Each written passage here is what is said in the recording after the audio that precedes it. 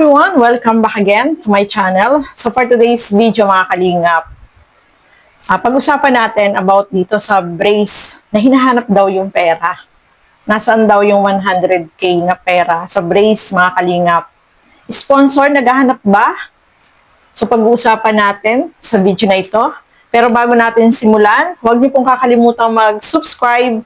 Val Santos Matubang, Kalingap Rob at Edna Vlog. Ang inyong lingkod, Gandang Emmy, sa mga hindi pa po nakapag-subscribe, please subscribe and please hit the notification bell para lagi po kayong updated sa aking mga ina-upload na mga reaction video. So eto, alamin natin mga kalingap, ano kaya yung masasabi ng sponsor about dito sa hinahanap na pera na ni V, no mga kalingap. Ang sponsor ba ay naghahanap? So, alamin po natin. Tara, panoorin po natin ang video na ito. Gandang Emmy ang boses ng damdamin, tulong at kalingap ang laging unahin. So, ayan mga kalingap, no? Pag-usapan natin about dito sa hinahanap daw na pera dun sa brace ni V. Sino ba naghahanap? Sponsor ba? So, eto nga, no, mga kalingap, pag-usapan po natin ito. Kasi, syempre ako, napanood din natin yan sa live ni Kalingap Rob at may nagtanong doon, may nagsabi doon na nasaan daw yung sa brace kasi sabi nila, hindi daw ibinigay, no, mga kalingap. So, eto nga, syempre ako, i-reach out ko yung sponsor. Sino ba yung big sponsor ng brace na ito ni V, no, ni Beyonce, no, mga kalingap. So, wag na lang po nating pangalanan kung sino yung big sponsor. Kasi, bali dalawa po sila. Itong big sponsor at meron ding isang grupo na nag-sponsor din po dito sa pa-brace dito kay V, kay Beyonce, no, mga kalingap. So, ni-reach out natin itong sponsor at ating inalam kung ito ba hinahanap nila, itong pera na ibinigay nila. Ang sabi niya sa akin, no, mga kalingap, hindi sila naghahanap dun sa ibinigay nila na pera kasi naibigay na yan, no. Kasi itong sponsor na to, hindi mo siya mariringgan ng kahit na ano. Kasi pag naibigay na niya, hindi na niya hahanapin yan. Hindi nga siya yung sumasali-sali sa mga yung magsasalita siya about dito, never, no, mga kalingap. Kasi napaka-generous po na sponsor na ito, no, mga kalingap. So, syempre, nag-reach out na rin ako dyan. Nakausap ko na rin po siya. At di naman po siya nagre-reklamo about doon sa pera. Tinanong ko syempre yung sponsor kung totoo ba na nagbayad itong si B. Sabi niya sa akin, no, may nabanggit daw itong si Beyonce na may time na pag pumupunta siya sa dentist ay meron siyang binayaran. So sabi daw niya dun kay Beyonce, bakit hindi mo sabihin kay Rob na nagbabayad ka? Kasalanan mo na yun, sabi niya. Kasalanan mo na yun.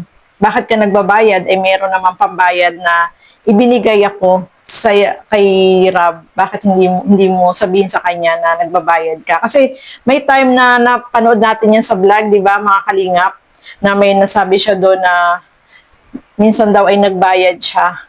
So, hindi natin alam kung lahat ba binayaran niya, kada punta ba niya, nagbabayad siya. Pero ang sabi nga ni Kalingap Rob, nagbayad naman siya, no, dito sa pa-brace at malaki din po yung binayaran niya. So, ang pagkaalam ko dito sa brace na to is 65,000. No, mga kalingap. So, ang ibinigay ng sponsor, bali dalawa sila na nagbigay, yung isang grupo at siya, ay 100,000. So, siguro ang hinahanap nila ay yung sobra sa 100,000. Sabi nga ng sponsor, hindi niya ibibigay yung pera na sobra dito kay B. Kung hinahanap niya yung sobra, no, mga kalingap. Ibibigay niya yon kay Kalingap Rob pa rin, na pantulong naman sa iba. Yun ang sinasabi niya ng sponsor, no, mga kalingap. At sabi nga niya, is never siyang naghanap dun sa pera kasi naibigay na niya po yun. Kasi sabi niya, yung ugali ko, kapag ibinigay ko na, hindi ko na yan hahanapin. No, na kay Rab na yan, si Rab na ang bahala dyan. Yun ang sinasabi ng sponsor. So, hindi po siya nagsasalita, hindi siya nag-ano sa iba. Ito nga ay nasabi niya sa akin na kung halimbawa man na may hinahanap silang pera at baka yung hinahanap nila yung sobra na pera, ay hindi ko ibibigay yun sa kanila. Yun na ibibigay ko pa rin kay Rab. Wala silang karapatan na hanapin pa kung hindi man naibigay sa kanila yung sobra, ay kay Rab ko na yun ibibigay. Yun ang sabi ng sponsor. Kung gustong kunin yung pera. Kasi sponsor ang nagbigay nito no? Naibigay na ito kay Kalingap Rab. At kung may sobra man, sabi niya, kay Rab pa rin yun. Pwede niyang gamitin yun na pantulong sa iba. Kasi baka daw hinahanap yung pera na sobra, ay bakit naman daw ibibigay ni Rab sa kanila? Sabi nung sponsor. So, ayan nga, no, mga kalingap. Kung nagrereklamo sila, abay, kung gusto nilang kunin ng pera, hindi ko rin ipabibigay sa kanila ang pera kung hinahanap nila yung sobra na pera. Yan ang sabi ng sponsor, no, mga kalingap. Kaya, nagamit na yung pera na yon. Maganda na nga yung ngipin niya Kung nagbayad man siya, kasalanan na niya yun. Yun ang sabi ng sponsor. Sinabihan ko siya na sabihin niya kay Rab na nagbabayad siya para maiano sa kanya yung ibinayad niya. Baka mapera siya noon, time na yun, kaya hindi siya nagsasabi. Yun ang sabi sa akin ng sponsor ng mga kalingap. So, ayan nga, no? Kung may sobra na pera, yung pera na yun ay mapupunta pa rin kay Kalingap Rab. Hindi niya ipabibigay yon kay V, no? Mga kalingap.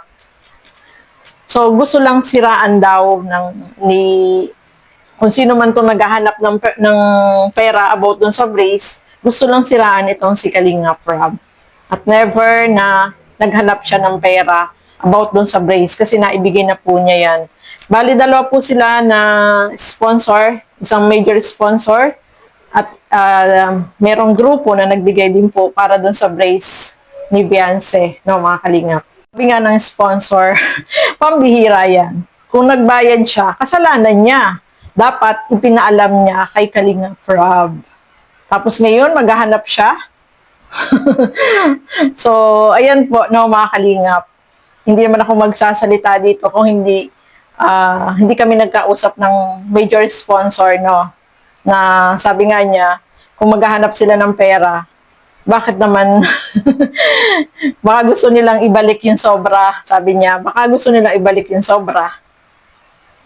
At saka kung may sobra man, hindi ko ibibigay sa kanila. O, di ba? So, ayan po, no, para sa kaalaman ng lahat. Kaya ko lang binigyan to ng reaction para malinaw po na yung major sponsor ay never na naghanap ng pera. Sila lang yung naghahanap ng pera. Sila kanila, pera-pera lang, no, mga kalinga. Pero yung nagbigay, never po na hinahanap niya yung pera na ibinigay niya para sa pabrace, no, mga kalinga. Kasi, naibigay na po niya yan. Kung mayroon man sobra, ay para na yun kay Rab, pwede na niyang itulong sa iba. Yun ang sabi niya, no, mga kalingap. So, ayan po, no. Bahala na sila dyan. Hanapin nila. Bakit kung nagbayad siya, dapat ipinaalam niya kay Kalingap Rab. Tama naman po yung sinabi ng sponsor, no. Hindi naman siya pinapagbayad kasi meron naman po yung sponsor. Kasalanan niya yun. Dapat noon pa man, nung nung kada punta niya sa dentist, dapat ay sinasabi niya kay Kalingap Rab. At malinaw naman po sinabi ni Kalingap Rab na siya ay nagbabayad online doon sa dentist, no? Online na binabayaran niya yung pagpunta doon ni Beyonce sa dentist. Bakit pa sila naghahanap? Pambihira nga naman, no, mga kalingap. Ng sponsor nga, hindi hinahanap yung pera na yun. Bakit ngayon sila naghahanap? Pero pera na lang, no, mga kalingap. So, ayun po, sana ay nalinawan po kayo na yung sponsor ay never po naghanap nung ibinigay niya para sa pampabrace.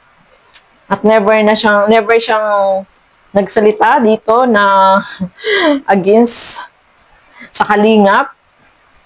Kung tutulong siya, tumutulong po siya na bukal sa puso niya at kapag ibinigay na niya ay hindi na po niya hinahanap yan. At wala din po siyang channel ng mga Kalingap. Napaka-generous ng sponsor na to. Kaya nakabilib, no? Nakabilib po siya mga Kalingap. Kasi alam natin, marami po siyang naitulong dito sa family ni V.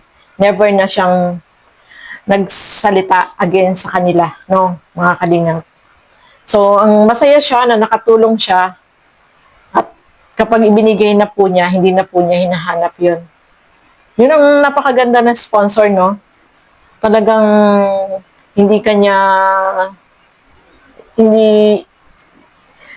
kapag tumulong siya, hindi siya humihingi ng kapalit o ano paman. Tahimik lang po siya na tumutulong. No, mga Kalingap. So, ayan po, no? Ang sabi nga niya, baka gustong lang daw siraan si Kalingap Rob. Huwag naman pong ganun, no? Mga Kalingap. Kasi alam natin si Kalingap Rob, marami siyang natutulungan.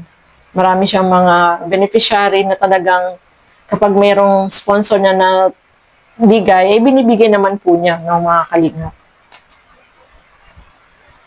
At saka, never na nagreklamo po itong sponsor na to. Never niyang hinanap yung pera. Bakit sila hinahanap nila yung pera? So, ayan po, no, mga Kalingap. Ayan po. Kaya ako naman to na sabi na ibigyan ng reaction para maging malinaw po sa inyo, no? Yung sponsor ay hindi po naghahanap doon sa kanya ibinigay at yung grupo, kasi dalawa sila isang grupo, hindi po nila hinahanap yung pera na yan. Ewan ko lang sa kanila bakit nila hinahanap. Hinahanap yung pera, no? Yung sponsor nga nagbigay, kung may sobra man daw, kay Kalingap Rob pa rin din niya ibibigay, hindi sa kanila. So, ayan po, mga Kalingap. Sana po inalinawan po kayo. So, maraming salamat sa inyong walang sawang panonood at pagsuporta dito sa aking mga ginagawang reaction video. Siyempre, suportahan po natin lahat ng mga Kalingap partners, Kalingap Reactor, ang inyong lingkod, Gandang Emmy, sa mga hindi pa po nakapag-subscribe. Please subscribe and please hit the notification bell para lagi po kayong updated sa aking mga ina-upload na mga reaction video. So hanggang dito na lamang po muna. Thank you and God bless sa atin lahat. Bye-bye po!